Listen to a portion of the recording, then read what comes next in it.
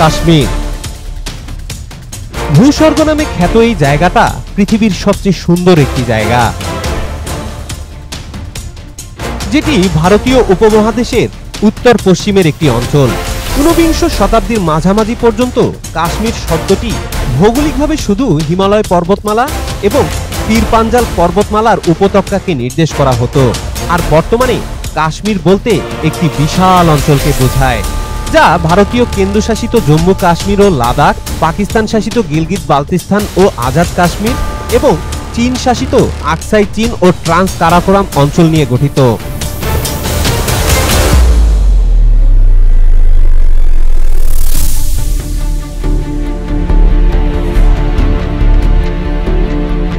1820 সালে মহারাজ রঞ্জিত সিং কাশ্মীরকে শিখ সাম্রাজ্যভুক্ত করেন, আর 1846 সালে প্রথম অ্যাংলো শিখ যুদ্ধে শিখদের পরাজয়ের পর অমৃতসর চুক্তির মাধ্যমে ব্রিটিশদের কাছ থেকে এই অঞ্চল কেনার পরে জম্মুর রাজা কুলাব সিং কাশ্মীরে নতুন শাসক নিযুক্ত হন। কিন্তু তার বংশধরদের শাসন ব্রিটিশ রাজত্বের অধীনে মাত্র 1 বছরই স্থায়ী হয়েছিল, অর্থাৎ 1947 সালে ভারত বিভাজনের পরে কাশ্মীরের বিভিন্ন অংশকে ভারত, পাকিস্তান এবং চীনের মধ্যে বন্টন করে দেওয়া হয়, যার ফলে ব্রিটিশ ভারতীয় সাম্রাজ্যের প্রাক্তন রাজকীয় রাজ্যটি একটি বিতর্কিত অঞ্চলে পরিণত হয়। এবার তাহলে চলুন কাশ্মীরের ইতিহাস সম্বন্ধে আমরা কিছু গুরুত্বপূর্ণ তথ্য জেনে নেই।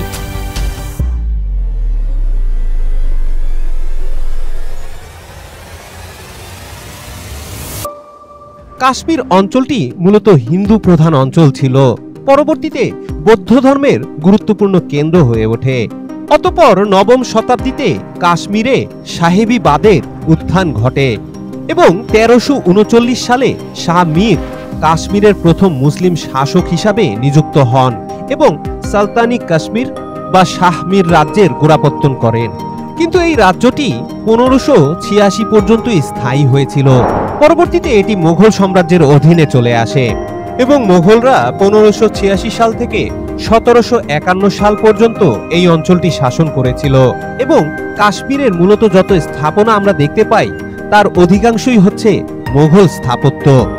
এই কারণেই আমরা কাশ্মীরের বিখ্যাত মুঘল স্থাপত্যগুলো আপনাদেরকে বিগত বছরে ঘুরিয়ে দেখিয়েছি।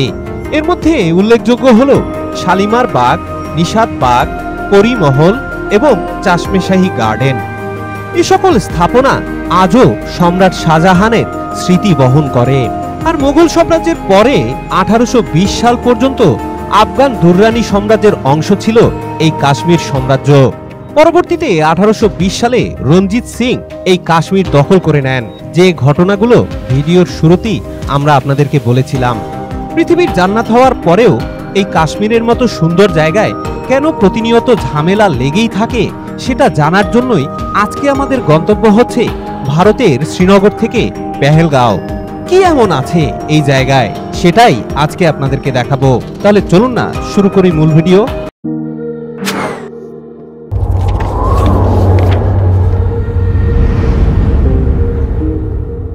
আমরা সকালে শেয়ার ক্যাবে করে অনন্তনাগের উদ্দেশ্যে যাত্রা শুরু করেছি। এখান থেকে আমরা অনন্তনাগ ড্যামের ওখান থেকে আজকে খুব সকালবেলা আমরা শ্রীনগর থেকে জিপ গাড়িতে চেপে এখন রওনা দিয়েছি পেহেলগাঁওয়ের উদ্দেশ্যে। আর বর্তমানে আমরা শ্রীনগরের মেইন শহরের ভেতর দিয়ে ছুটে চলছি। আর শহর থেকে আমাদেরকে খুব বেশি একটা পথ চলতে হলো না, একটু পরেই আমরা শ্রীনগর জম্মু হাইওয়েতে উঠে গেলাম। আর এখান থেকে প্রায় 90 কিলোমিটার পরেই রয়েছে আমাদের সেই কাঙ্ক্ষিত পেহেলগাম। তবে আমরা কিন্তু সরাসরি জম্মু পর্যন্ত আর যাচ্ছি না। জম্মুর অনেকটা আগেই আমাদেরকে বাঁয়ের রাস্তা ধরে ঢুকে যেতে হবে সেই বিখ্যাত পেহেলগাঁয়ে যাওয়ার জন্য। শ্রীনগর থেকে আপনারা দুটি উপায়ে পেহেলগাঁও যেতে পারেন। একটি হলো সরাসরি ট্যাক্সি রিজার্ভ করে, আর আরেকটি হলো লোকালদের মতো করে ভেঙে ভেঙে যাওয়া। এটাতে খরচ অনেকটা কম হয়। যেহেতু আমাদের সদস্য সংখ্যা মাত্র 2 জন ছিল, তাই আমরাও লোকালদের মতো এখন ভেঙে ভেঙে যাচ্ছি। এই যাত্রার শুরুতে আমরা সর্বপ্রথমে শ্রীনগরের ডালগেট থেকে একটা জিপ গাড়িতে উঠেছি, যেটা লোকালি যাত্রী নিয়ে থাকে এবং জনপ্রতি আমাদের ভাড়া পড়ল মাত্র 150 রুপি করে। পক্ষান্তরে আমরা যদি সরাসরি জিপ গাড়ি কিংবা ট্যাক্সি রিজার্ভ করে আসতাম, সেক্ষেত্রে কিন্তু আমাদের ভাড়া পড়তো প্রায় 3 থেকে 4,000 রুপি, যেটা দুজনের জন্য অনেকটাই বেশি। এখন আমাদের গন্তব্য হচ্ছে অনন্তনাগ। ওখানে গিয়ে আবার কয় টাকা ভাড়া নেয় সেটাই এখন দেখার বিষয়।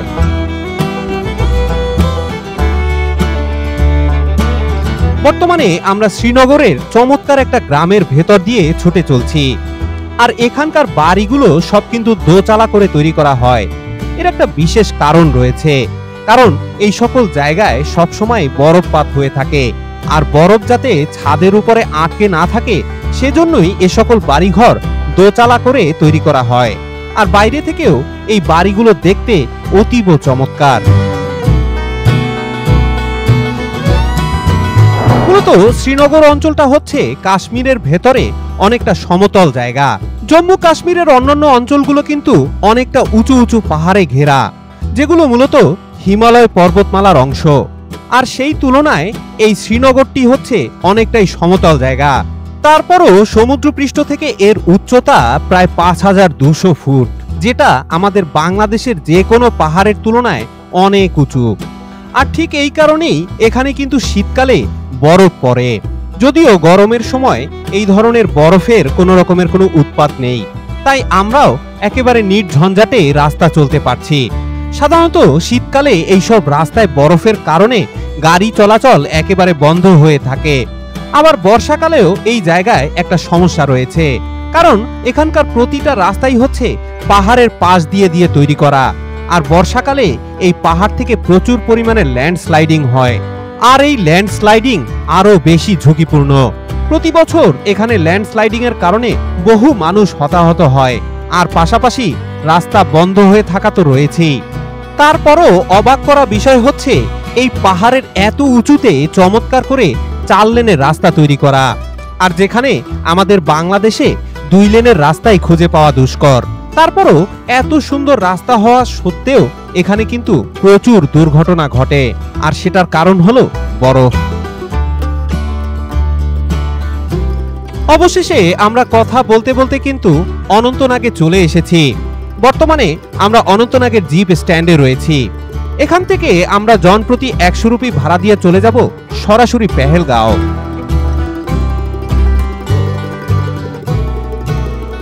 শ্রীনগর থেকে অনন্তনাগ পর্যন্ত আসতে আমাদের প্রায় 2 ঘন্টার মতো সময় লেগে গেল। এখান থেকে আরো প্রায় 1.5 ঘন্টা চলার পরে আমরা সেই কাঙ্ক্ষিত পেহেলগাঁয়ে পৌঁছে যাব। মূলত এই অনন্তনাগের অঞ্চলটা হচ্ছে আপেলের বাগানের অঞ্চল। এই জায়গায় প্রচুর আপেল উৎপাদিত হয় এবং প্রচুর তাজা আপেলও পাওয়া যায়। সাধারণত যারা ট্যাক্সি নিয়ে আসেন তারা এই জায়গায় আপেলের দোকানগুলোতে ঘুরে দেখতে পারেন। আর আমরা যেহেতু লোকাল ভাবে যাচ্ছি, তাই আমাদেরকে আর স্পেসিফিক ভাবে এই জায়গাগুলো ঘুরিয়ে দেখানো হবে না। এছাড়াও এই অনন্তনাগ অঞ্চলটি কিন্তু আরো একটি কারণে বিখ্যাত, কারণ এখানে উইলো গাছ জন্মায়, আর যা দিয়ে তৈরি হয় প্রফেশনাল ক্রিকেট ব্যাট। এই কারণে এই জায়গাগুলোতে প্রচুর ব্যাটের দোকানও খুঁজে পাওয়া যায়। কিন্তু যেমনটা আপনাদেরকে আগেই বলেছি, যেহেতু আমরা শেয়ার্ড ক্যাবে করে এসেছি, তাই এখানে নামার আমাদের কোনো অপশন নেই। তাই এই আকর্ষণীয় সেগমেন্টগুলো না দেখি এখন আমরা ছুটে চলছি পেহেলগাঁয়ের উদ্দেশ্যে। তবে যাওয়ার পথে প্রকৃতি কিন্তু বরাবরই আমাদেরকে মুগ্ধ করে চলেছে। চলতে চলতে কখনো আমাদের চোখে পড়ছে উঁচু উঁচু পাহাড়, তো কখনো আমাদের চোখে পড়ছে হরেক রকম সবুজের সমারোহ। আর এই সবুজের মাঝে এক পায়ে দাঁড়িয়ে থাকা এখানকার বাড়িগুলো তো এক কথায় অসাধারণ, যেন এই প্রকৃতির সাথে মানানসই করেই এই বাড়িগুলো তৈরি করা হয়েছে। অবশেষে চলতে চলতে আমাদের চোখে পড়ল একটা নদী, আর কাশ্মীরের এই ঝিরি টাইপের নদীগুলোর সৌন্দর্য এক কথায় অসাধারণ। কুলকুল পাথরের ভেতরে বয়ে চলা এই নদীগুলোর শব্দও আপনাকে মুগ্ধ করবে। আর আকাশের উপর থেকে দেখলে তো এই নদীর কালার দেখে আপনারা বিমোহিত হয়ে পড়বেন। সত্যি এই জায়গাকে এই কারণেই জান্নাত বলা হয়, যেন আল্লাহ তাআলা এর প্রতিটি উপাদান নিজ হাতে পরম যত্নে বানিয়েছেন।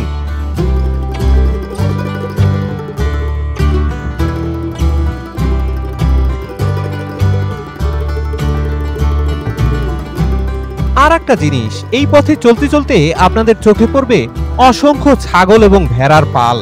আর এই জিনিসগুলোই কাশ্মীরের সৌন্দর্য বহুলাংশে বাড়িয়ে দেয়। আর দূরের ওই মায়াবী পাহাড়গুলো তো আপনাকে যেন হাতছানি দিয়ে ডাকবে। মূলত এই পেহেলগাম অঞ্চলটা হচ্ছে একটা ভ্যালি অঞ্চল। ভ্যালি হচ্ছে সেই অঞ্চল যার চারপাশে পাহাড় থাকে এবং মাঝখানে সমতল জায়গা থাকে। পেহেলগাম এরকমই একটা জায়গা যার চারদিকে পাহাড় আর মাঝে মাঝে রয়েছে নদী আর সমতল জায়গা। মূলত এইসব জায়গায় প্রচুর কৃষি পণ্য উৎপাদিত হয়, আর এখানকার গবাদি পশুও তাজা খাবার খেয়ে সবসময় প্রফুল্লতার সাথে ঘুরে বেড়ায়।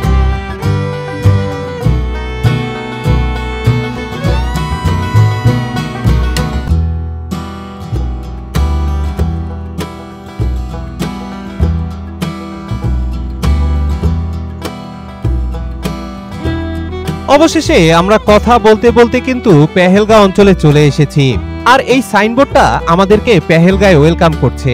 আর এখানে আসলে আপনারা প্রচুর আর্মি চেকপোস্ট খুঁজে পাবেন, কারণ এই জায়গাগুলোতে প্রায়শই দাঙ্গা হাঙ্গামা হয়ে থাকে এবং তার একটা বড় ধাক্কা পর্যটকের উপরেও মাঝে মাঝে এসে পড়ে, যার কারণে এখানকার আর্মি সব সময় সতর্ক অবস্থানে থাকে। তারপরও এখানকার সৌন্দর্যের মোহে বারবারই ছুটে আসে অসংখ্য পর্যটক, ঠিক অনেকটা প্রজাপতির মতো। আগুনে গেলে তার পাখা পুড়ে যাওয়ার ভয় থাকলেও প্রজাপতি কিন্তু আগুনের চারপাশেই ঘুরে বেড়ায়। আর আমরাও ঘুরতে ভালোবাসি বলে এরকমের সুন্দর জায়গায় বারবার ছুটে আসি। সুতরাং এই ছিল আমাদের শ্রীনগর থেকে পেহেলগা পর্যন্ত যাত্রা। ইনশাআল্লাহ আগামী পর্বে আমরা পেহেলগার বিখ্যাত জায়গাগুলো একে একে আপনাদেরকে ঘুরে দেখাবো। সে পর্যন্ত তাহলে বিদায়। আসসালামু আলাইকুম ওয়া রাহমাতুল্লাহ।